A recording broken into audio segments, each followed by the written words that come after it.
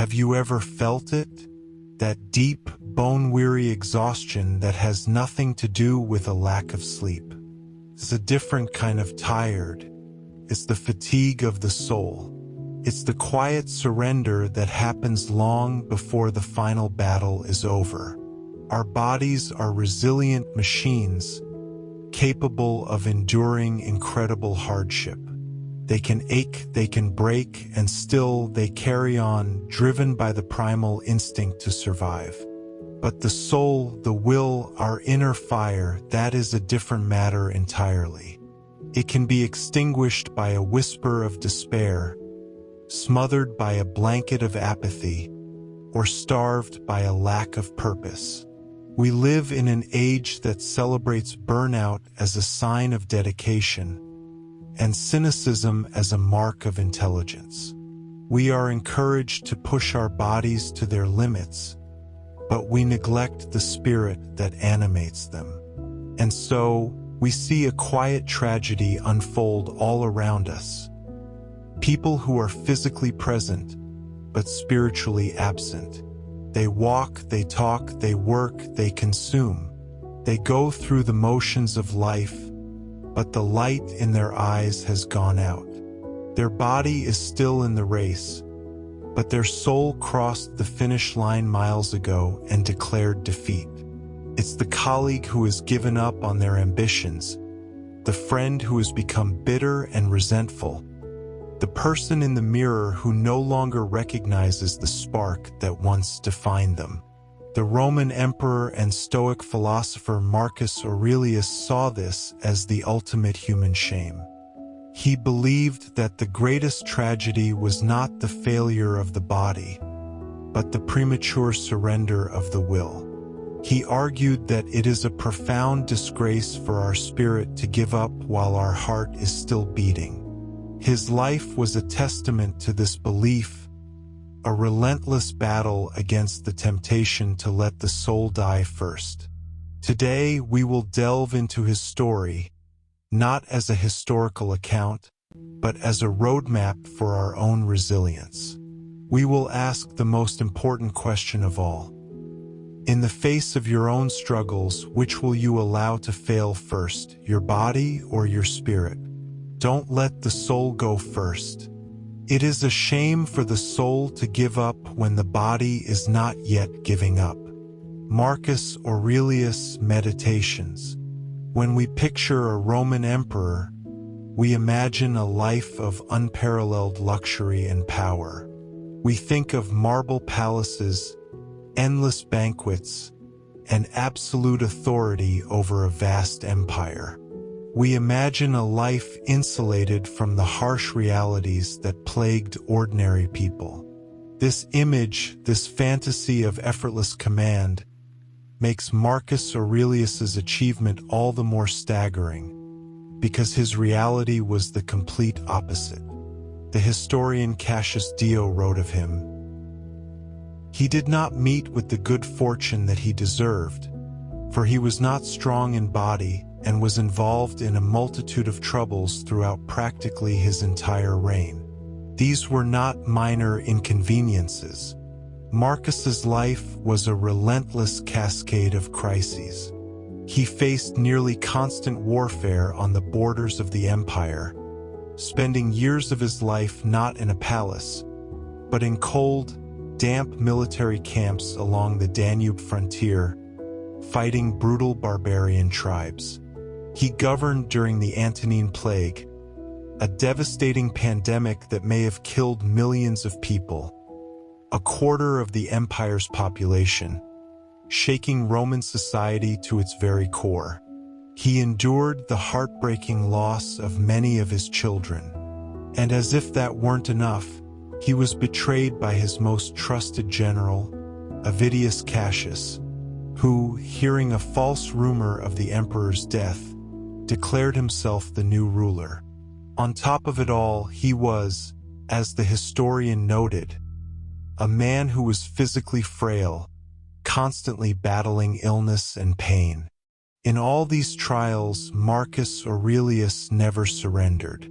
This is an inspiring example of how we should think about our own day, how we should behave when we are tired, disillusioned, or facing a crisis. This man had every reason to be angry and bitter. He could have abandoned his principles and lived a life of isolated luxury, ignoring his duties to focus on his fragile health. He could have given in to despair when faced with war, plague, and betrayal. But he did not. His soul remained strong even as his body weakened. At the heart of this resilience was his stoic practice. Every morning, in the cold pre-dawn hours of a military camp, he would write to himself, not for an audience, but for his own survival. He reminded himself of his duty, of the principles he held dear, of the need to be a good man, regardless of the circumstances. He was training his soul, fortifying his inner citadel so that it could withstand any siege from the outside world. When news of his general's betrayal reached him, a moment that would have broken most leaders, his response was not rage, but sorrow.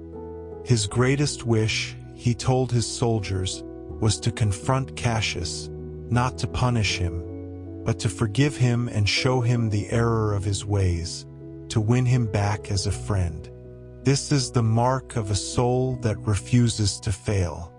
It doesn't just endure, it actively seeks to practice virtue in the face of the greatest temptations to abandon it.